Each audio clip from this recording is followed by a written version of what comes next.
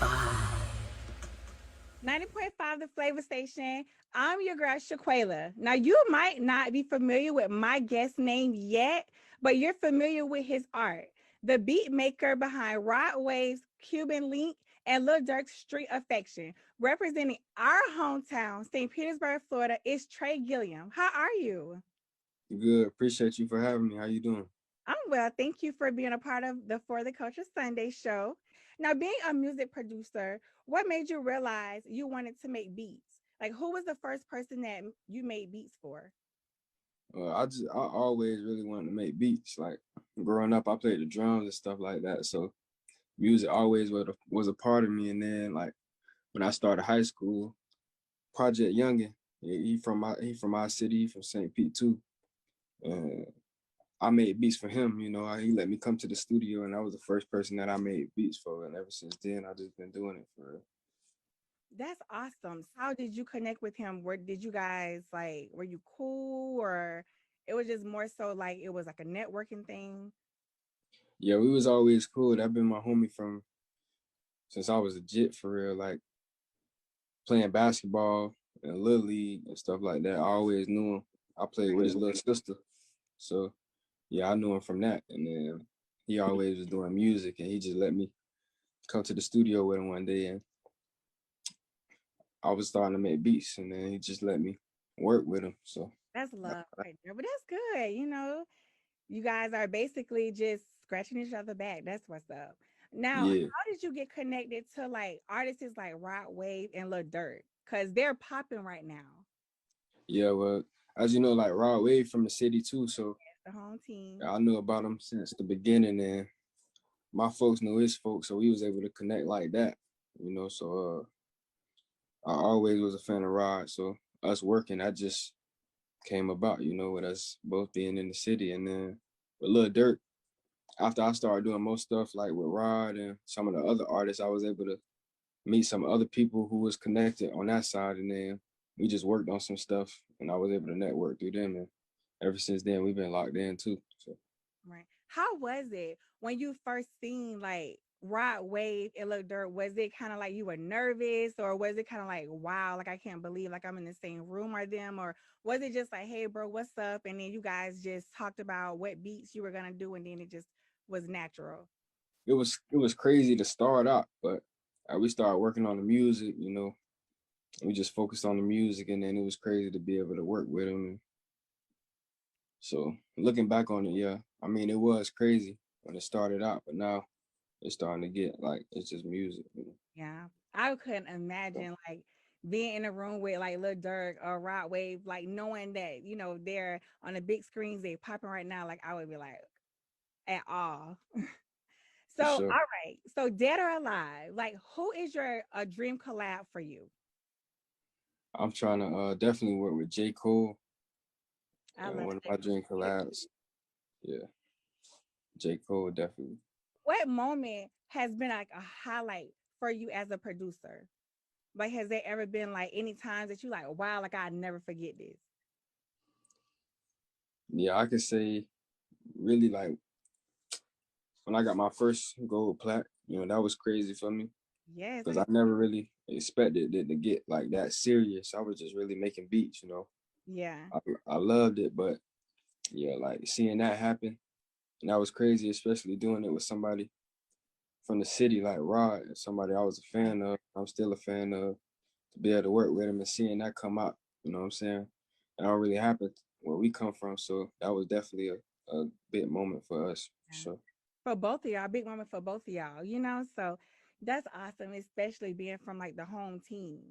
Now, definitely. how do you come up with like a beat for like an artist? Is it just like a thought process? You just in a studio, you listening to like the lyrics and like, oh, I think this will go with it. Most of the time, it's really just listening to the artist's music, who I'm about to work with, and getting a feel for them, and just thinking of what I think they'll go good with, or what I can hear them on. So yeah, I just get in my space, and just start to think and just vibe out and just create, like, what I'm saying, just off what I'm feeling and what I feel to go with it. So Right. So do you do it yeah. like in a studio? Do you need like peace and quiet?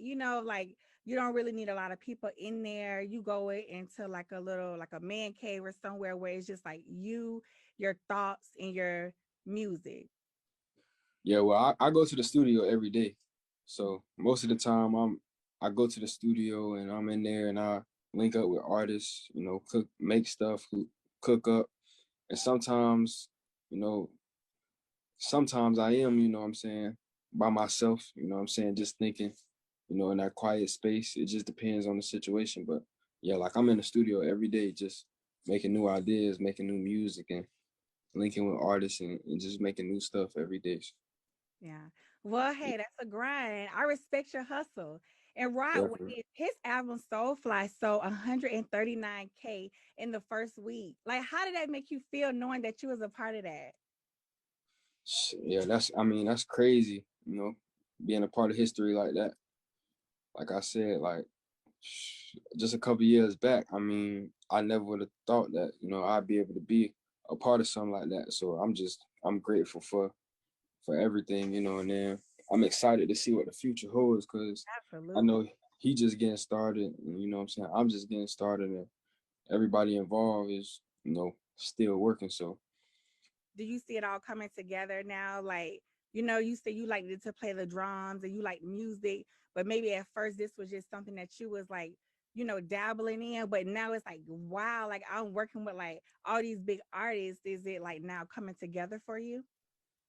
yeah, I guess looking back at it now, like I really was just working. So looking back and seeing what I've been able to, work through and who I've been able to work with, it is kind of coming all together really, and just seeing what the future holds. The sky is really the limit, because Right. like I said, I'm really just getting started with everything. So Where would you have seen yourself? Where do you think you would be if you didn't start producing like music? You like basketball, you said football. Do you see yourself like playing maybe it be sports, or where do you think you would be if you hadn't accomplished this goal? yeah, right now I'd definitely be somewhere like trying to play basketball, or, you know, Yeah. at some type of basketball situation related. Definitely. Have you ever had a situation where you and an artist have like had a hard time? Like was there ever a situation like that for you where they were like not really feeling a beat, or they just really had like a bad attitude or something, and you was like, I cannot wait to get this finish working with them so I could be done with it? No, every time I link with an artist, it's always been good vibes. Fortunately, I ain't never had no situation where an artist was acting a certain type of way with me, or we just weren't able to vibe out and make something. So everything been, straight. Everything been good. So I ain't That's had. good. Is there any beats, or is there any artists like of a different genre, maybe like country or any other type of music that you think that you'll work with other than just hip hop? Yeah, I got some R&B records. Like I got Latin records, country records. I got all types of records that I've been working on. So I'm just waiting on them to come out because most of my stuff that's out right now is just rap on the rap side, but I'm definitely been all over the place with it. So Well, it'll that's be some good to stuff be a coming little out soon. versatile, So, you know. yeah, yeah. And where do you see yourself in 5 years? Like, where do you think you'll be? To be honest, I mean, I don't even really know because, if you would have asked me where I was gonna be a couple years ago, I wouldn't have said, I'll be working with these artists and stuff like that. So I'm just going along, still grinding, taking advantage of all the opportunities that come my way. And in 5 years, I know I'll be somewhere, way further than what I am now. I just don't know where to be at, you know. Absolutely. Because you definitely on your way. You're Definitely. definitely on your way. I thank you so much for interviewing with me and giving me this opportunity. Like I was able to go on your Instagram and I was able to like look at a lot of accomplishments that you have.